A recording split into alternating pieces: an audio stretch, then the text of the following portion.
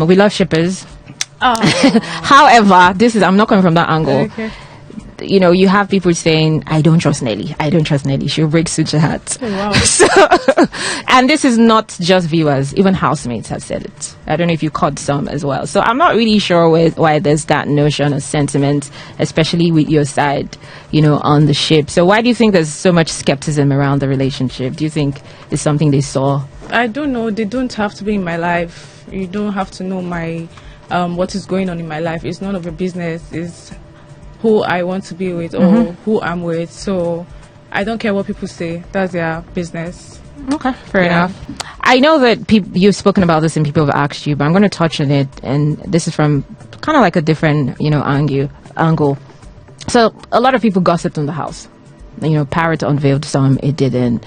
And this Ebuka outed out some, Ebuka didn't. Okay. So you only probably know the ones that Ebuka said probably during, you know, eviction. Yeah.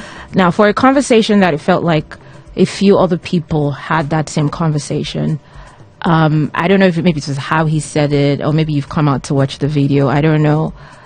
Why is, you know, Sean's own particularly offensive, or why did that trigger you since other people talked about the same Which thing? of the parrots? Not the parrot. I said Sean. Oh, okay. Yeah. What he said? Yeah. No, it didn't actually like trigger me. Even in the house, when he asked me to have a conversation about what Ebuka said, I mean, he was just on my neck for the conversation, and I said I wasn't interested. But then I had to have that conversation, and it was meaningless. Okay. So coming out again and seeing you saying all these things over and over again is crazy. I really didn't expect that from him.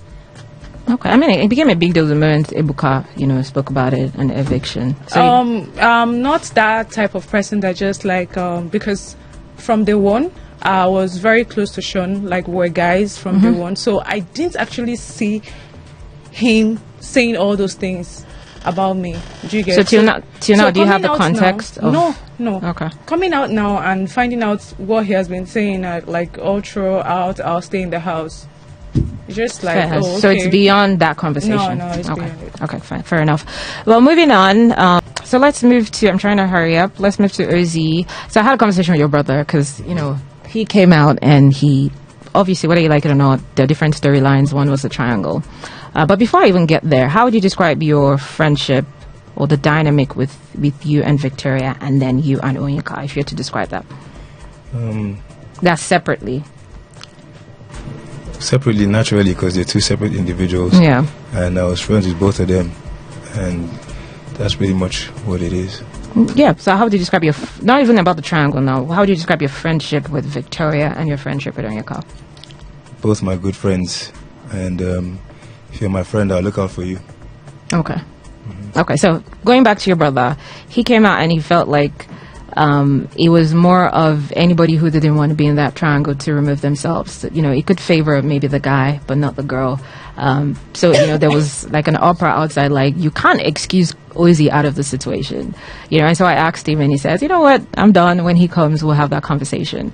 It's not even a big deal. It's like a game. You've come out, everybody has moved on. But obviously we have to touch about, you know, the storyline. So my question is, were you totally off the hook? Do you think that you also sort of relished the drama that came with that storyline? Because you proved innocence the whole time, like you don't know what's going on. I'm just going to say I maintain my stance because I'm one-dimensional, so I deal with people face-to-face. But you guys watch and you see 3D. And with 3D comes your own information and your own assimilation of things. But 3D and 1D are two different things.